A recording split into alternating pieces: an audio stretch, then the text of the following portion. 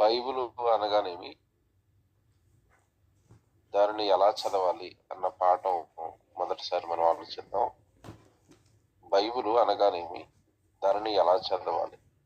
దేవుని పిల్లలారా, ఈ బైబిల్ అనగానేమి అన్న పాఠాన్ని ఎందుకు పెట్టారు అంటే, ఇంట్రడక్షన్ గా మీరు ఏం చెప్పాలి అంటే, బైబిలు ఒక మహాజ్ఞాన గ్రంథం, క్రైస్తవులకి ప్రామాణిక గ్రంథం. కానీ దీనిపైన క్రైస్తవులకే సరైన అవగాహన లేక, క్రైస్తవేతరులైన వాళ్ళు బైబిల్ అబద్ధాల పుట్టని గాని, మత గ్రంథం అని గాని, బైబిల్ బండారం అని గాని రకరకాల ఆలోచనలు వెళ్ళబుచ్చుతున్నప్పుడు, లేదండి మా బైబిల్ గొప్పది అని క్రైస్తవ్యంలో అసలు ఎవరు గలవెత్తలేకపోతున్నారు. క్రైస్తవ్యంలో ఎవరు కూడా దానిని ఖండించలేకపోతున్నారు. కారణం, అసలు బైబిల్ ఎలా చదువుకోవాలో, బైబిల్ ఎలా నేర్చుకోవాలో అర్థం కాకపోవటం వల్ల ఈ సమస్య అనేది ఏర్పడింది అన్నది వాస్తవం. అయితే ఇప్పుడు మనం బాగా లోతుల్లోకి వెళ్ళి, ఈ బైబిల్ ఎంత గొప్పదో, ఈ బైబిల్లో ఉన్న జ్ఞానం ఎంత గొప్పదో ఈ రోజు మనం నేర్చుకుంటాం. ఇకపోతే ఏదో పాశ్చాత్య దేశాలలో ఉన్న అమెరికా లాంటి గొప్ప దేశం క్రైస్తవ దేశం అని మనం చెప్పుకుంటాం తప్ప, అది పేరుకు క్రైస్తవ దేశంగా పిలువబడింది తప్ప, వాళ్ళకి బైబిల్ పైన పట్టు అనేది శూన్యమే. ఎందుకు అంటే 1981లో లూసియానా చట్టం చేసి వాళ్ళ పాఠ్య పుస్తకాలలో నుండి బైబిల్ను నిషేధించింది. అంటే ఒకప్పుడు వాళ్ళ పుస్తకాలలో బైబిల్కి సంబంధించిన సంగతులు కొన్ని పెట్టేవారు. ఒక దావీదు చరిత్ర కానివ్వండి, లేదంటే ఒక సొలొమోను చరిత్ర కానివ్వండి, ఇలా బైబిల్లో ఉన్న భక్తుల చరిత్రలు కొన్ని వాళ్ళ చదువుకునే పిల్లల పుస్తకాల్లో ఉండేవి. కొద్ది కాలానికి వాళ్ళు ఏం చేశారంటే, బైబిల్ సైన్స్కు సరిపోవటం లేదు, సైన్స్కు విరుద్ధంగా మన బైబిల్ ఉంది అన్న ఒక అవగాహనకు వచ్చి లూసియానా చట్టం అన్న ఒక చట్టం చేసి, ఆ చట్ట ప్రకారం పాఠ్య పుస్తకాల్లో నుండి బైబిల్ పాఠాలను తీసేశారు. అంటే ఎంత దారుణమో మీరు ఆలోచించండి. ఒక అమెరికా లాంటి దేశం క్రైస్తవ దేశంగా పిలువబడుతూ వాళ్ళ పాఠ్య పుస్తకాలలో నుంచి బైబిల్ను తీసేశారు అంటే, అసలు బైబిల్ గొప్పతనం వాళ్ళకి ఏమర్థమైంది మీరు ఆలోచించండి. సకల శాస్త్రాలను అధిగమించిన జ్ఞానం బైబిల్లో దేవుడు పెట్టినా, ఆ జ్ఞానాన్ని అందిపుచ్చుకోలేక, ఆ జ్ఞానాన్ని అర్థం చేసుకోలేక, బైబిల్ గొప్పతనం వారు ఎరుగక పుస్తకాల్లోంచి తీసేశారు. ఈరోజు మనం కూడా బైబిల్ చదివే విధానం మనకు అర్థం కానప్పుడు, బైబిల్ యొక్క గొప్పతనం కూడా మనకు అర్థం కాదు. మొదటగా అసలు మనం బైబిల్ అనగానేమి అన్నది ఆలోచిద్దాం. మొదటి ప్రశ్న. దానిని ఎలా చదవాలో తర్వాత ఆలోచిద్దాం.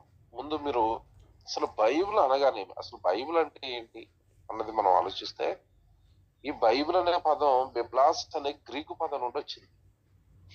బిబ్లాస్ అంటే గ్రంథము లేదా పుస్తకాల సముదాయం అని అర్థం. కనుక బైబిల్ అన్న పదం ఇది తెలుగు పదం కాదు, మర్చిపోకూడదు.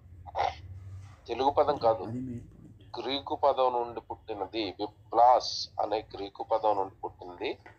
ఇంగ్లీష్ లో బైబిల్ అంటారు. బిఐబిఎల్ఈ బైబిల్ అంటే ఇంగ్లీష్ లో. తెలుగులో మనం చెప్పాలి అంటే పరిశుద్ధ గ్రంథము అనాలి. తెలుగు ఇది. కనుక చాలా మంది వెరుబాగులో ఏంటంటే, బైబిల్ అన్న పదం బైబిల్లో చూపించండి అంటారు. బైబిల్ అన్న పదం ఇంగ్లీష్ పదం. తెలుగు బైబిల్లో ఇంగ్లీష్ పదం ఎందుకు ఉంటది? తెలుగు బైబిల్ ఏమని ఉంటది అంటే పరిశుద్ధ గ్రంథము అని ఉంటది, యెహోవా గ్రంథము అని ఉంటది. గ్రంథము అనగానే పుస్తకాల సముదాయం. బిబ్లాస్ అన్న పదానికి అర్థం ఏంటంటే పుస్తకాల సముదాయం. Okay, very good. ఇప్పుడు మనం బైబిల్లోనికి వెళ్ళిన తర్వాత, బైబిల్ అనగానేమి అన్న దాంట్లో కొంత ఇన్ఫర్మేషన్ మనకి తెలియాలి. ఏంటది అంటే, దీంట్లో 2 నిబంధనలు ఉంటాయి. ఒకటి పాత నిబంధన 39 పుస్తకాలు. ఇది ఆదిమ హిబ్రూ భాష నుండి తర్జుమా చేశారు. ఎందుకంటే పాత నిబంధన అంతా కూడా హిబ్రూ భాషలో రాయబడింది. ఇకపోతే కొత్త నిబంధన 27 పుస్తకాలు. ఇది ఆదిమ గ్రీకు భాష నుండి తర్జుమా చేశారు. మొత్తం కలిపితే 66 పుస్తకాలు కలిగిన బైబుల్. 66 పుస్తకాలు. అంటే పాత నిబంధన 39, కొత్త నిబంధన 27, 66 పుస్తకాలు. బైబిల్ను సుమారు 42 మంది భక్తులు ఆయా కాలాలలో, మరి ఆయా ప్రాంతాలలో, ఆయా వృత్తులు కలిగిన వారు రాశారు అని బైబిల్ను చదువుతున్నప్పుడు మనకు అర్థమవుతుంది. అంటే బైబిల్ రాసిన వారందరూ కూడా ఒక కాలానికి చెందిన వారు కాదు, ఒక ప్రాంతానికి చెందిన వారు కాదు. సుమారుగా 42 మంది ఉన్నారు. ఇందులో రాసిన వాళ్ళలో ప్రవక్తలు ఉంటారు, రాజులు ఉంటారు, శాస్త్రులు ఉంటారు, పశువుల కాపర్లు ఉంటారు, గొర్రెల కాపర్లు ఉంటారు, జాలర్లు ఉంటారు, అపోస్తులు, వైద్యుడు, సొంకరి, డేరాలు కుట్టుకునే పౌలు గారు, ఇంతమంది రాశారు బైబిల్. కానీ రాసింది 42 మంది అయినా బైబిల్ భావం మాత్రం ఒకటే కలిగి ఉండటం మనం గమనిస్తూ ఉంటాం. కారణం, రాసింది మనుషులైనా వాళ్ళ వెనకాల నుండి రాయించింది దేవుడు కనుక ఏ వృత్తుల వారు రాసినా అందులో ఏమంటే మీరు బాగా ఆలోచిస్తే శాస్త్రులు అనేసరికి చదువుకున్న వాళ్ళు. చదువుకున్నవాడు ఆలోచనలు కానీ భావజాలం కానీ ఒకలా ఉంటుంది. ఇందులో జాలర్లు రాశారు, అపోస్తులు, వాళ్ళ భావజాలం మరొకలా ఉంటుంది. పశువుల కాపరిగా ఉన్న వాళ్ళు రాశారు, గొర్రెల కాపరిగా ఉన్న దావీదు రాశాడు గొర్రెల కాపరిగా ఉన్నప్పుడు. ఇక వైద్యుడు అనేసరికి లోక గారు వైద్యుడు, అలాగే సొంకరి మత్తయ్య గారు ఆయన రాశాడు, డేరాలు కుట్టుకునే పౌలు గారు రాశారు. ఇలా మీరు ఆలోచిస్తే రాయబడింది మనుషులైనా కూడా రాయిసిందంతా ఒకలా ఉండడానికి కారణం వాళ్ళ వృత్తి కానీ వాళ్ళ ఆలోచనలు కానీ బైబిల్ పైన పడకపోవడానికి గల కారణం వీరు వెనకాలండి రాయించింది దేవుడు. ఇకపోతే బైబిల్ను రాయడానికి పట్టిన కాలం 1600 సంవత్సరాలు. ఈ ఇన్ఫర్మేషన్ అంతా బైబిల్ గురించి మీ దగ్గర ఉండాలి. బైబిల్ రాయడానికి పట్టిన కాలం 1600 సంవత్సరాలు. అప్పటికి కాగితాలు లేవు. అయినా సరే దేవుడు నిజంగా వారి వెనకాలండి రాతి పలకల పైన, చర్మపు కాగితాల పైన, చెట్ల బెరళ్ల పైన ఈ బైబిల్ను రాయించి భద్రపరిచినట్టుగా మనం చూస్తాం. మరి జాన్ గూటన్బర్గ్ అత్యంతరం కనిపెట్టిన తర్వాత ఈ బెరళ్ల మీద, మరి జంతు చర్మాల మీద ఉన్న ఈ బైబిల్ మొట్టమొదటిసారిగా జాన్ గూటన్బర్గ్ అనే ఆయన సహాయంతో మరి అత్యంతరం కనిపెట్టిన తర్వాత పుస్తకంగా మన మధ్యలోనికి వచ్చింది. అంతకుముందు మరి చర్మపు కాగితాల మీద, చెట్లు బెరళ్ల పైన రాసి ఉంచినట్టుగా మనం చూస్తాం. అలా భద్రపరిచాడు దేవుడు. ఇది ఈ విషయం. ఇకపోతే మీరు ప్రతిదానికి ఒక ఎవిడెన్స్ కావాలి అని మీరు ఆలోచిస్తే హెబ్రీ పత్రిక 10వ అధ్యాయము 7వ వచనం ఒకటి రాస్తే, మీరు హెబ్రీ పత్రిక 10వ అధ్యాయం 7వ వచనంలో గ్రంథపు చుట్టలో నన్ను గూర్చి వ్రాయబడిన ప్రకారము అని ఉంటది. అక్కడ యేసు మాట్లాడుతూ గ్రంథపు చుట్టలో నన్ను గూర్చి వ్రాయబడిన ప్రకారము అంటే గ్రంథం అనేది ఈ రోజు పుస్తకంగా ఉంది, కానీ ఆ రోజు వాళ్ళకి ఎలా ఉందంటే గ్రంథపు చుట్ట అన్నాడు. అంటే చుట్టబడి ఉంది. చుట్టబడి ఉందంటే మేబీ అది జంతు చర్మాల మీద రాశారు కనుక అలా చుట్టు పెట్టారు. ఇది మనకు అర్థమైంది. ఆ తర్వాత ఈ 1600 సంవత్సరాలు రాయబడిన ఈ పుస్తకం పాత నిబంధన రాయడానికి 1500 సంవత్సరాలు పట్టింది. పాత నిబంధన రాయడానికి 1500 సంవత్సరాలు పట్టింది. కొత్త నిబంధన రాయడానికి 100 సంవత్సరాలు పట్టింది. రెండు కలిపితే 1600 సంవత్సరాలు పట్టింది. తొలుత మరి పలకల పైన ఆజ్ఞల రూపంలో మోషే గారికి దేవుడు ఇచ్చాడు. ఇది మీకు తెలియదు కాదు. ఇర్మియా గారి కాలంలోకి వచ్చేసరికి చక్కగా ఆయనతోనే దేవుడు రాయించాడు బైబిల్ను. ఇవన్నీ బైబిల్ చదువుతున్నప్పుడు మనకి కనబడుతున్న సాక్ష్యాధారాలు. ఇవి బైబిల్ గురించిన చిన్నపాటి అవగాహన. అయితే దేవుడు రాయించిన ఈ బైబిల్ బ్రిటిష్ వాళ్ళ కాలానికి వచ్చేసరికి వాళ్ళు మరి ప్రపంచం అంతా పరిపాలించడం వలన, అప్పటికే దేవుడిని వాళ్ళని నమ్ముకోవటం వలన వాళ్ళను ఉపయోగించి బైబిల్ను ప్రపంచవ్యాప్తం చేశాడు. అందరి చేతుల్లోనికి బైబిల్ని తీసుకొచ్చాడు. దానికి దేవుడు ఆ జాతిని వాడుకుంటున్నట్టుగా మనం చూస్తాం. అందుకే బ్రిటిష్ వాళ్ళు మనం పరిపాలించినప్పుడు కూడా చక్కగా క్రైస్తవ్యం అనేది చిన్నగా ఎంటర్ అయింది చారిటీ రూపంలో. తర్వాత మంచి మంచి పనుల రూపంలో, స్కూల్స్ రూపంలో, అలాగే యేసుక్రీస్తుల వారి ప్రేమ అనేది ఈ దేశానికి తెలియడానికి వాళ్ళు కూడా ఉపయోగపడ్డారు. పోతే పేతురు గారు రాసిన 2వ పత్రికలో బైబిలుని ఎవరు రాయించారు అని మనం ఆలోచిస్తే, పేతురు గారు రాసిన 2వ పత్రికలో మొదటి అధ్యాయము 20-21, పేతురు గారు రాసిన 2వ పత్రిక మొదటి అధ్యాయము 20-21 ఈ వచనం రాసుకుంటే, ఒకడు తన ఊహను బట్టి చెప్పుట వలన లేఖనములో ఏ ప్రవచనమును పుట్టదని మొదట గ్రహించుకొనవలెను. ఎలయనగా ప్రవచనము ఎప్పుడును మనుషుని ఇచ్చను బట్టి కలుగలేదు గాని మనుషులు పరిశుద్ధాత్మ వలన ప్రేరేపింపబడిన వారై దేవుని మూలముగా పలికిరి అని ఉంటది బైబిల్లో. అంటే మనుషులు ఎలా పలికారు బైబిల్ను, మనుషులు ఎలా రాశారు అంటే, వాళ్ళ ఇష్టాలు ఏమీ అందులో లేవు, వాళ్ళ ఊహలు ఏమీ అందులో లేవు. అందరూ కూడా పరిశుద్ధాత్మ వలన ప్రేరేపింపబడిన వారై దేవుని మూలంగా పలికారు. అంటే బైబిల్ మొత్తం కూడా పరిశుద్ధాత్మ ప్రేరణతో దేవుడు చెబుతుండగా రాయబడిన మాటలవి. మొదటిది గ్రహించాలట. మొదట అంటే బైబిల్లోనికి ఎవరైనా వెళ్ళాలి అని అనుకున్నప్పుడు బైబిల్లో ఉన్న ప్రతి మాట కూడా దేవుని మాట అన్నది గ్రహించాలి. బైబిల్లో మొత్తం దేవుడు రాయించాడు అన్నది మనం గ్రహిస్తే ఆ గ్రంథం పైన భయం పెరుగుతుంది, ఆ గ్రంథంలో ఉన్న మాటల పైన విలువ పెరుగుతుంది, ఆ గ్రంథంలో ఉన్న మాటల పట్ల నా తండ్రి మాట కదా అని ఆసక్తి పెరుగుతుంది. మొదటిది గ్రహించాలి. క్రైస్తవులకి భయం లేక కదా ఈరోజు బైబిల్ను సరిగా చదవకపోవటం, సరిగా అర్థం చేసుకోలేకపోవటం చేస్తున్నారు. లేకపోతే ఇది బైబిల్ అనగానే ఏమి అన్న దానికి వివరణ ఇది రాస్తే సరిపోతుంది. లేకపోతే నెక్స్ట్ మనకి తెలియాల్సింది ఏంటంటే, అసలు బైబిల్ ఎలా చదవాలి. ఈరోజు 90% క్రైస్తవ్యం బైబిల్ అర్థం కాకపోవడానికి కారణం ఎలా చదవాలో తెలియకపోవడం. ఎందుకంటే బైబిల్ను ఎలా పడితే అలా చదివితే అర్థం కాదు. బైబిల్ రాసిన దేవుడే బైబిల్ ఎలా చదవాలో కూడా రాశాడు బైబిల్లో. ఇది విషయం. ఎందుకంటే ఆయన రాసినప్పుడు ఆయన ఎలా చదవమన్నాడో అలా చదివితేనే అర్థమవుతుంది. ఇప్పుడు రాయించిన దేవుడే దాన్ని ఎలా చదివితే అర్థమవుతుందో రాయించాడు కనుక మనం అలా చదవగలిగితేనే అర్థమవుతుంది. Very good. ఇందుకే బైబిల్ని ఎలా చదవాలి అని ఆలోచిస్తే, ఇది చదవటం రాక ఎవరు ఇష్టం వచ్చినట్టుగా వాళ్ళ బైబిల్లో ఉన్న మాటలను అర్థం చేసుకుని ఈరోజు క్రైస్తవులు 3000 శాఖలుగా వెళ్ళిపోయారు. అంటే ఎవరికి నచ్చింది వాళ్ళు చదివారు, ఎవరికి నచ్చింది వాళ్ళు పట్టుకున్నారు తప్ప బైబిల్ను దేవుడు చదవమన్నట్టుగా చదివి మనం ఆలోచిద్దామని ఆలోచించకపోవడం వల్ల ఒక్క బైబిల్ కలిగిన క్రైస్తవులు ఒక్కటిగా ఉండగా వాక్యాన్ని బట్టి వేరైపోయారు. ఇప్పుడు మన బైబిల్లోకి వెళ్ళి ఎలా చదవమన్నాడు దేవుడు అన్నది మనం ఆలోచిస్తే, మొదటిగా బైబిల్ను చదివేటప్పుడు యోహాను సువార్త లేదంటే ముందుగా యెషయా గ్రంథం చూడండి. యెషయా గ్రంథం 34వ అధ్యాయము 16వ వచనం బైబిల్ చూడండి. యెషయా గ్రంథం 34వ అధ్యాయము 16వ వచనం మీరు చూస్తే, యెషయా గ్రంథం 34:16లో యెహోవా గ్రంథమును పరిశీలించి చదువుకునుడి అని ఉంటుంది. యెహోవా గ్రంథమును మీరు పరిశీలించి చదువుకోనండి. చూసారా?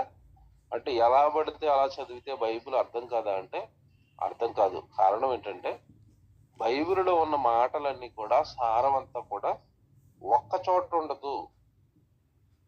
నువ్వు బైబిల్ అంతా తిరిగి చదివితే గాని ఒక విషయానికి సంబంధించిన జ్ఞానం అంతా నీకు దక్కాలి అంటే బైబిల్ అంతా కూడా పరిశీలనగా చదివితేనే తప్ప మనకు అర్థం కాదు.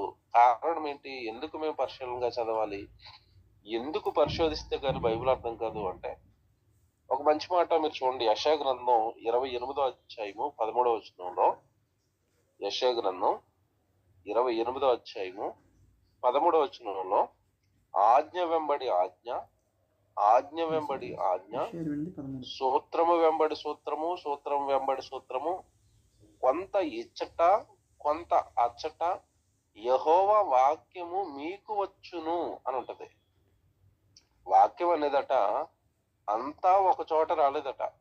కొంత ఇచ్చట కొంత అచ్చట అనగానే, ఆది కాండంలో మీకు ఏదైనా సంగతి తెలియలేదనుకోండి, అది వేరే పుస్తకంలో ఉంటది.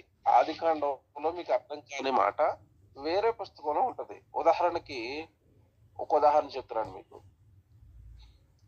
లోతు గారి కాలంలో సొదొమ గొమొర్రాలో లోతు ఉన్నప్పుడు లోతు మనసులో నొచ్చుకున్నాడు ఆ రోజు జరుగుతున్న పరిస్థితులను బట్టి అని మీకు ఆది కాండంలో ఉండదు. నీతిగల తన మనస్సును లోతు నీతిగల తన మనస్సును దినదినము మరి నొచ్చుకున్నాడు లోతు అని కొత్త నిబంధనలో ఉంటది. అంటే చూసారా, ఇక్కడ రాయబడిన సంగతి అక్కడ రాయబడుతుంది, ఇక్కడ లేని సంగతి మీకు అక్కడ కనబడుతుంది. కనుక కొంత ఇచ్చట కొంత అచ్చట. అంటే బైబిల్లో చాలా సంగతులు ఈ పుస్తకంలో మీకు రాయనివి దక్కనివి మరొక పుస్తకంలో ఉంటాయి. ఉదాహరణకి ఇంకోటి జ్ఞాపకం చేస్తాను మీకు ఈజీగా అర్థం అవడానికి. అబ్రహాము, మరి మీకు తెలియదు కదా, అబ్రహాము చనిపోయారు. చనిపోయిన తర్వాత అబ్రహాము పితరుల యొద్దకు చేర్చబడను అని బైబిల్లో ఉంటది. పితరుల యొద్దకు చేర్చబడను అని బైబిల్లో ఉంటది తప్ప అబ్రహాం గారు ఎక్కడికి వెళ్ళారో మీరు పాత నిబంధనలో ఆదికాండం చదువుతున్నప్పుడు ఎక్కడ కనపడదు. మరి ఇంతకీ అబ్రహాం గారు ఎక్కడయ్యా ఉన్నారు, మరి పితరులు అంటే పితరులు ఎక్కడ ఉన్నారు అంటే పాత నిబంధనలో కనపడదు. అది కొత్త నిబంధనలోకి వెళ్ళేసరికి లోకాసు వార్త 16వ అధ్యాయంలో ధనవంతుడు లాజరు గురించి యేసుప్రభు మాట్లాడుతూ ఇదిగో అబ్రహాము పరదేశులో ఉన్నాడు అని చెప్తారు. అంటే అబ్రహాం మరణించి ఎక్కడికి వెళ్ళాడో నీకు పాత నిబంధనలో ఉండదు కానీ కొత్త నిబంధనలో ఉంటది. ఇలా మీరు ఆలోచించగలిగితే బైబిల్ను ఇక్కడ రాయబడిన సంగతి మరో పుస్తకంలో ఉంటదా అంటే అన్ని పుస్తకాలు నాకు రావాలా, అన్ని పుస్తకాలు చదివితేనే దేవుడు నాకు బాగా అర్థమవుతాడా, బైబిల్ నాకు బాగా వస్తుందా అన్నది మీకు అర్థమవుతుంది. ఎందుకంటే దేవుడు ఆ మాత్రం కష్టపడకపోతే పిల్లలు తన పిల్లలుగా మనం ఏమి విలువ ఇచ్చినటువంటి దేవుడికి కనీసం ఆయన 1600 సంవత్సరాలు చాలా మంది ప్రాణ త్యాగాలతో బైబిల్ను రాయించి మన చేతుల్లో పెట్టిన తర్వాత కనీసం మనం బైబిల్ చదువుకోకపోతే ఎలాగా అన్ని పుస్తకాలు. కనుక నా పిల్లలు బైబిల్ బాగా ఇష్టంగా చదవాలి అని దేవుడు ఏం చేశాడంటే ఇక్కడ కొంచెం అక్కడ కొంచెం అక్కడ కొంచెం అక్కడ కొంచెం రాయించుకుంటూ వెళ్ళాడు. అవన్నీ కలుపుకుంటే నీకు బైబిల్లో ఒక విషయం పైన సరైన అవగాహన అనేది వస్తుంది. ఉదాహరణకి చూడండి, మీరు చిన్నప్పుడు మన పేపర్లో, ఇప్పుడు వస్తుందో లేదో నాకు తెలియదండి, నేను పేపర్లు చదవటం మానేశాను. పేపర్లో చుక్కలను కలపండి అని ఒక బొమ్మ ఇచ్చేవాడు. చుక్కలను కలపండి అని అంటే 1 2 3 4 5 6 7 8 9 10 11 12 20 నంబర్లు ఉంటాయి. ఆ 20 నంబర్లను కూడా మీరు 1 నుంచి 2కి 2 నుంచి 3కి 3 నుంచి 4కి 4 నుంచి 5కి ఇలా చివరికి సీక్వెన్స్ లో వరుసగా 20 వరకు మీరు కలిపారనుకోండి. కలిపేసిన తర్వాత చూస్తే ఒక బొమ్మ కనపడుతుంది మనకి. చిన్నప్పుడు న్యూస్ పేపర్లో వచ్చేది ఇది. అంటే అది చుక్కలుగా ఉన్నప్పుడు అంకెలుగా ఉన్నప్పుడు నీకేం అర్థం అవదు. అన్ని కలిపితే ఒక కుక్క బొమ్మ వస్తుంది, లేదంటే ఒక ఏనుగు బొమ్మ వస్తుంది, లేదంటే ఒక ఒంటు బొమ్మ వస్తుంది, లేదంటే ఒక చెట్టు బొమ్మ వస్తుంది. కలిపితే వచ్చింది బొమ్మ. అలాగే బైబిల్లో ఒక విషయానికి సంబంధించిన సారం అంతా కూడా ఆయా పుస్తకాలలో ఉంటది. ఆ పుస్తకాలలో ఉన్నవన్నీ నువ్వు కలిపి ఒక చోటకు తెచ్చుకుంటే సారం, బైబిల్ యొక్క దేవుడి ఉద్దేశం అనేది నీకు బయటకు వస్తుంది. ఇది బైబిల్ చదివేటప్పుడు గుర్తుపెట్టుకోవాల్సిన ఒక అత్యంత ప్రాముఖ్యమైన సంగతి.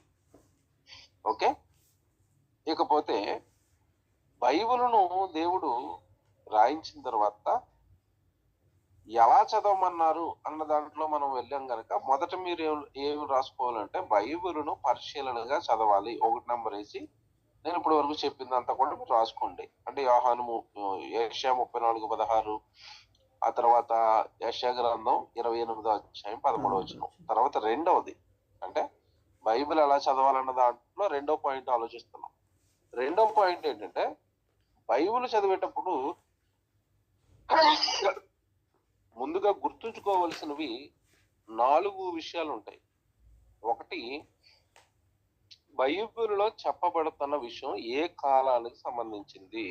బైబిల్ చదివేటప్పుడు 4 విషయాలు గుర్తుపెట్టుకోవాలి. 1 కాలం, 2 సందర్భం, 3 భాష, 4వది భావం. మళ్ళా చెప్తున్నాను, బైబిల్ మనకు అర్థం కావాలి అంటే చదువుతున్నప్పుడు 1 చదవబడుతున్న లేఖన భాగం ఏదైతే ఉందో అది ఏ కాలానికి సంబంధించింది, తర్వాత అక్కడ జరుగుతున్న సందర్భం ఏంటి, అలాగే భాష భాష అంటే రాయబడుతున్న భాష పైన సరైన అవగాహన, ఆ తర్వాత భావాలు కూడా తెలియాలి. ఈ 4 తెలిస్తేనే బైబిల్ అనేది మనకు అర్థమవుతుంది. ఎలాగో కూడా నేను వివరణ ఇస్తాను. ముందు బ్రాకెట్ లో మీరు ఏ అని పెట్టుకోండి. ఎందుకంటే కాలం, సందర్భం, భాష, భావం కదా. కాలం ఏ, సందర్భం బి, భాష సి, తర్వాత డి భావం, ఇలా పెట్టుకోండి. పెట్టుకుంటే ముందుది మనం ఆలోచిద్దాం. ఏంటది? కాలాన్ని బట్టి ఎందుకు చదవాలి, ఏ కాలాన్ని బట్టి చదవాలి అని పెట్టుకుని, రాయబడుతున్న ప్రతి మాట కూడా ఏ కాలానికి సంబంధించిందో మనకు తెలియాలి. అంటే క్రీస్తుకు పూర్వం రాయబడిన మాట, క్రీస్తు శకంలో రాయబడిన మాట, అంటే యేసు ప్రభుకి ముందు చెప్పబడుతున్న మాట, యేసు ప్రభు తర్వాత చెప్పబడిన మాట. ఎందుకంటే మేము కాలాన్ని బట్టి చదవాలి అంటే ఇక్కడ ఉంది అసలు విషయం. దీనికి సంబంధించిన ఒక రెఫరెన్స్ మీరు చూడండి. ఇలాగే చదవాలి బైబిలు అని దేవుడే చెప్పాడు, మనం చెప్పడం కాదు. పేతురు గారు రాసిన మొదటి పత్రిక 1వ అధ్యాయము 10-11 వచనాలు మీరు చూస్తే, పేతురు గారు రాసిన మొదటి పత్రిక 1వ అధ్యాయము 10-11 వచనాలలో ఆ ఆత్మ, నేను చివరి మాటలు చదువుతున్నాను, ఆ ఆత్మ ఏ కాలమును ఎట్టి కాలమును సూచించుచు వచ్చునో దానిని విచారించి పరిశోధించిరి. ఏమంటే రక్షణ కలగబోతుంది, యేసుక్రీస్తుల వారు రాబోతున్నాడు అని ప్రవక్తలు అందరికీ చెప్పినా కూడా, ఆ ప్రవక్తలందరూ కూడా ఏ కాలంలో ఇది జరుగుతుంది, ఎట్టి కాలంలో ఇది జరుగుతుందోనని పరిశోధించారట. కాలాన్ని పరిశోధించారు అన్నాడు. ఇప్పుడు కాలాన్ని బట్టి ఎందుకంటే నేను బైబిల్ చదవాలి అంటే ఒక ఉదాహరణ మీతో చెప్తాను. పాత నిబంధనకి కొత్త నిబంధనకి దేవుడు చాలా తేడాలు చేశాడు. ఉదాహరణకి పాత నిబంధనలో ఒకప్పుడు ఇశ్రాయేలీయులు మేము పగ తీర్చుకుంటాము తండ్రి అంటే సూర్యచంద్రులను ఆపేశాడు. బాగా వినండి, మేము పగ తీర్చుకుంటాము అనగానే సూర్యచంద్రులను ఆపేశాడు. ఇది పాత నిబంధనలో. కొత్త నిబంధనలకు వచ్చేసరికి నిన్ను పగ తీర్చుకోమన్నాడా అంటే లేదు, నువ్వు శత్రువుని ప్రేమించాలి అన్నాడు.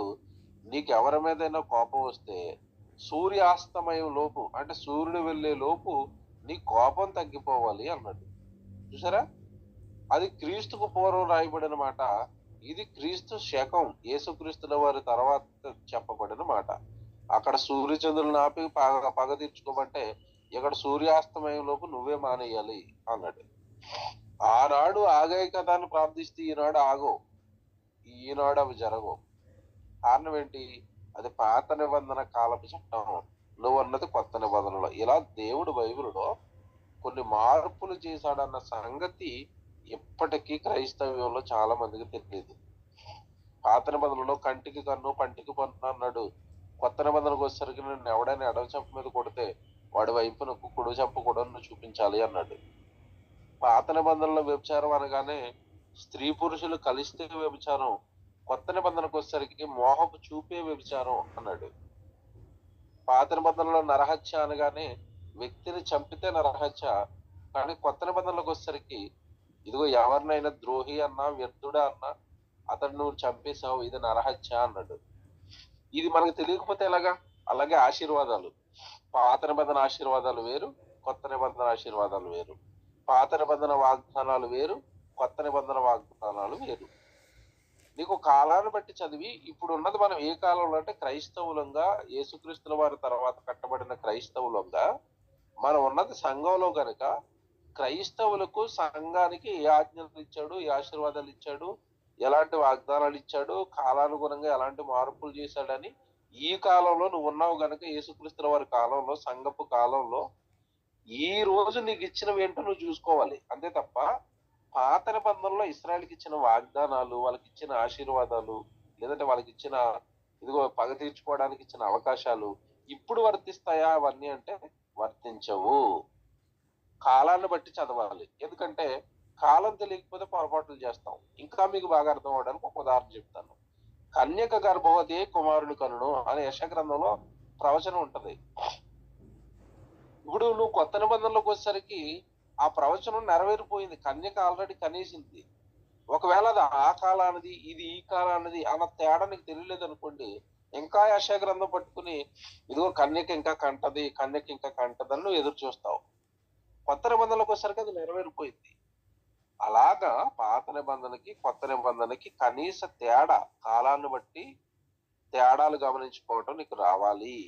ఇది కాలాన్ని బట్టి చూస్తే నీకు అర్థమయ్యే సంగతులు. ఓకే, మొదటిది అయిపోయింది. రెండోది ఏంటి? సందర్భం.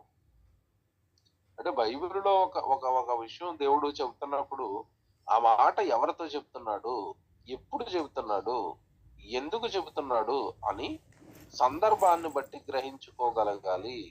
అపోస్తుల కార్యాలు 8వ అధ్యాయము 34వ వచనంలో, అపోస్తుల కార్యాలు 8:34లో నపుంసకుడు మరి రథంలో వెళుతూ బైబిల్ చదువుతున్నాడు. యెషయా గ్రంథం వచ్చింది. ఆ యెషయా గ్రంథం వచ్చినప్పుడు అతనికి ప్రశ్న, అసలు ప్రవక్త ఇదిగో దెబ్బలు తింటాడు, స్వస్థత పొందుతారు అతని దెబ్బల వలన అని రాశాడు కదా, ఇందుకు ఆ దెబ్బలు తినే వ్యక్తి ఎవరు? ప్రవక్త ఎవరిని గురించి ఇలాగ చెప్పుతున్నాడు? నన్ను గూర్చియా వేరొకరి గూర్చియా? దయచేసి నాకు తెలుపమని పిలుపుని అడిగాను. చూసారా, అంటే రాయబడుతున్న సందర్భం ఎవరి గురించి రాయబడుతుంది? ఈ సందర్భం ఏంటి? యేసుక్రీస్తుల వారి రక్షణకు సంబంధించిన భాగాన్ని చదువుతున్నాడు అతను, కానీ ఆయనకు అర్థం అవ్వలేదు. అప్పుడు పిలుపు చెప్పిన తర్వాత విడగొట్టి ఆ భాగాన్ని అతను అర్థం చేసుకున్నాడు. కనుక సందర్భం ఎవరి గురించి చెప్పబడుతుంది, ఎందుకు చెప్పబడుతుంది? ఏమంటే ఇప్పుడు ఇద్దరు మధ్యలో ఏదైనా డిస్కషన్ జరుగుతున్నప్పుడు మూడో వ్యక్తి మధ్యలో వెళ్ళిపోయి మాట్లాడేస్తే ఎలాగుంటది? ఆ ఇద్దరు అంటారు, అరే నీకు మొదటి నుంచి ఏమీ తెలియదు, సందర్భం తెలుసుకుని మాట్లాడంటారు.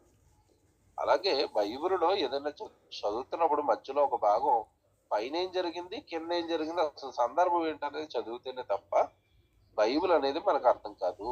ఇది రెండో విషయం. ఇక మూడోది సి అని పెట్టుకున్నాం కదా, భాష. భాష గురించిన మనకి ఒక అవగాహన లేకపోతేనండి అసలు బైబిల్ అనేది అసలు అర్థం కాదు.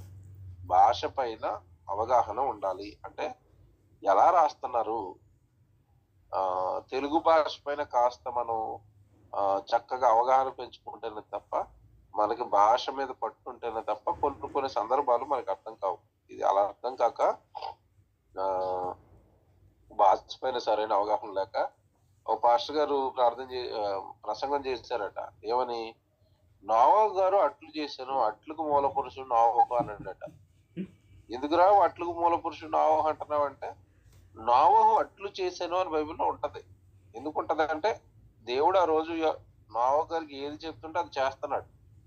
అలా చేశాడు అని చెప్పడానికి దేవుడు అట్లు చేశానని రాయిస్తే, ఈ భాష రాక చదువుకోక సరిగా భాష అర్థం చేసుకోలేక నోవహు గారు అట్లు చేశాడు, తినే అట్లు అని చెప్పేశాడు. కనుక భాష పైన ఒక అవగాహన లేకపోతే బైబిల్ అర్థం కాదు. తర్వాతది భావం. వాక్యం చదువుతున్నప్పుడు వాక్యము వెనకాల ఉన్న భావాన్ని గుర్తించగలిగిన శక్తి మనం సంపాదించాలి. ఎప్పుడు వస్తుంది అన్నప్పుడు, నువ్వు బైబిల్ బాగా చదువుకుంటే, దేవుడు ఉద్దేశాలు నీ బుర్రలో ఎప్పుడు ఉంటే, ఆ బైబిల్లో ఉన్న భావాలన్నీ కూడా నీకు అర్థం అవుతాయి. బైబిల్లో ఉన్న భావాలు అర్థం కాకపోతే చాలా ప్రమాదం అండి. ఎందుకంటే ప్రకటన గ్రంథానికి వచ్చేసరికి రకరకాల జంతువులు చెప్తాడు. 10 కొమ్ములు 7 తలలు అంటాడు. ఆ 10 కొమ్ములు 7 తలలు అన్నప్పుడు అలాంటి జంతువు భూమి మీద నీకు కనపడదు. కానీ 10 కొమ్ములు అనే సాతాను గురించి చెప్తున్నాడు అనుకోండి, ఒక కొమ్ము ఉంటేనే ప్రమాదం అంటే 10 కొమ్ములు ఉందంటే అది చాలా ప్రమాదకరమైనది అని చెప్పడానికి 10 కొమ్ములు ఉన్న జంతువు అంటాడు. అంటే ఆ భాష వెనకాల ఉన్న భావాన్ని అర్థం చేసుకోవాలి. యేసుక్రీస్తుల వారిని గొర్రెల కాపరి అన్నాడు. గొర్రెల కాపరి అనగానే మన వాళ్ళు ఏం చేశారంటే, యేసుప్రభు బొమ్మలన్నీ చూడండి, గొర్రెని ఒకటి ఒరిజినల్ గొర్రెని ఒకటి సంకలో పెట్టి కర్రిచ్చేశారు.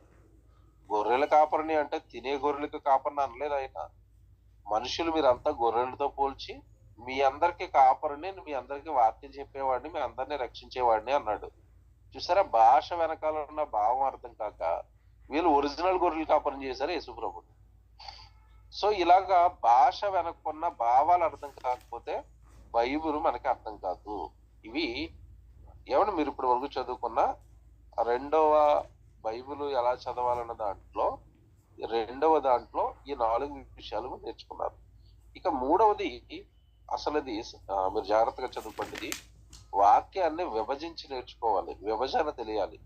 వాక్యాన్ని విభజించి నేర్చుకోవాలి. తిమోతికి రాసిన 2వ పత్రిక 2వ అధ్యాయం 15వ వచనంలో ఈ మాట ఉంటది. 3 అని రాసుకోండి. వాక్యమును సరిగా విభజించాలి. 3 అని వేసుకుని కింద రెఫరెన్స్ రాసుకోండి. 2 తిమోతి 2వ అధ్యాయము 15వ వచనంలో దేవుని ఎదుట యోగ్యునుగాను సిగ్గుపడనక్కర్లేని పనివానిగాను సత్యవాక్యమును సరిగా విభజించువానిగాను అని ఉంటది.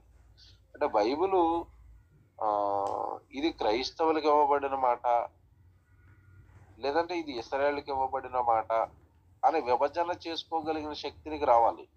చాలా మంది అబ్రహాం గారికి ఇచ్చిన వాగ్దానాలు క్రైస్తవులకు ఇచ్చేస్తూ ఉంటారు. నీ సంతానం నిష్క్రియనువుల వలె చేస్తాను అని. ఆ మాట మనం క్రైస్తవులకు ఇవ్వచ్చా, ఇవ్వకూడదా? ఎందుకంటే అది ఎవరిది? అది అబ్రహాం గారిది కదా. అబ్రహాం గారిది పట్టుకొచ్చి నేను క్రైస్తవులకి ఎలా ఇస్తాను? చూసారా, ఇలా విడగొట్టుకుంటే బైబిల్ ప్రకారం రైట్ చేస్తాడు. విడగొట్టుకోక అంత కలిపెట్టడం వలన ఆ ప్రవక్తది లేదంటే వాళ్ళకి ఇచ్చినవన్నీ క్రైస్తవులకి ఇవ్వటం, వాళ్ళ వాగ్దానాలు ఇశ్రాయేలుకి ఇచ్చిన వాగ్దానాలన్నీ కూడా క్రైస్తవులకి ఇవ్వటం. మీకు పలానా భూభాగాన్ని నేను ఇస్తాను అని వాగ్దానం ఉంటది ఇశ్రాయేలుకి. అది పట్టుకొచ్చి నువ్వు క్రైస్తవులకి ఇస్తాను అంటే అసలు క్రైస్తవులకి ఎందుకు ఇస్తాడు భూభాగాలు ఈరోజు? అంటే తెలియలేదు అవగాహన, అంటే విడగొట్టుకోవడం తెలియలేదు. అది వాళ్ళది, ఇది మనది. ఇలాగ మనకి ఎప్పుడైతే బైబిల్ పైన విడగొట్టుకునే జ్ఞానం అనేది రాదో ఎప్పటికీ బైబిల్ అర్థం కాదు.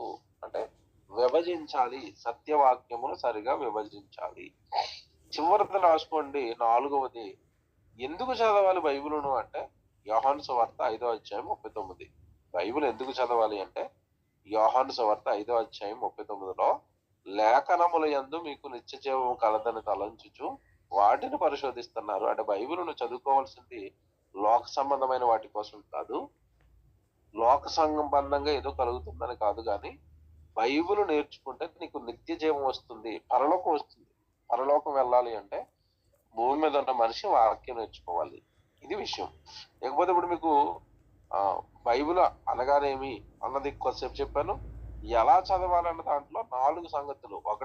4 సంగతుల్లో మొదటిది ఏంటి? మీరు మొదట రాసుకున్నది ఏంటి? ఫస్ట్ విషయం, బైబిల్ను ఎలా చదవాలి అంటే బైబిల్ను పరిశీలించి చదువుకోవాలి. 1. రెండవది, బైబిల్ చదివేటప్పుడు కాలం, సందర్భం, భాష, భావం ఈ 4 గట్ల పైన అవగాహన ఉండాలి. 3వది ఏం చదువుకున్నారు? వాక్యమును సరిగా విభజించాలి. 4వది ఏం చదువుకున్నారు? ఎందుకు చదవాలి? ఈ 4 విషయాలు వస్తే మీకు బైబిల్ కాస్త ఎలా చదవాలో అర్థమవుతుంది. ఓకే, ఇది బైబిల్ అనగానేమి, దానిని ఎలా చదవాలి అన్న దాంట్లో ఉన్న చిన్నపాటి వివరణ. ఓకేనా? మీకు సింపుల్ గా అర్థం అవడానికి చెప్పుకుంటూ వెళ్ళాను.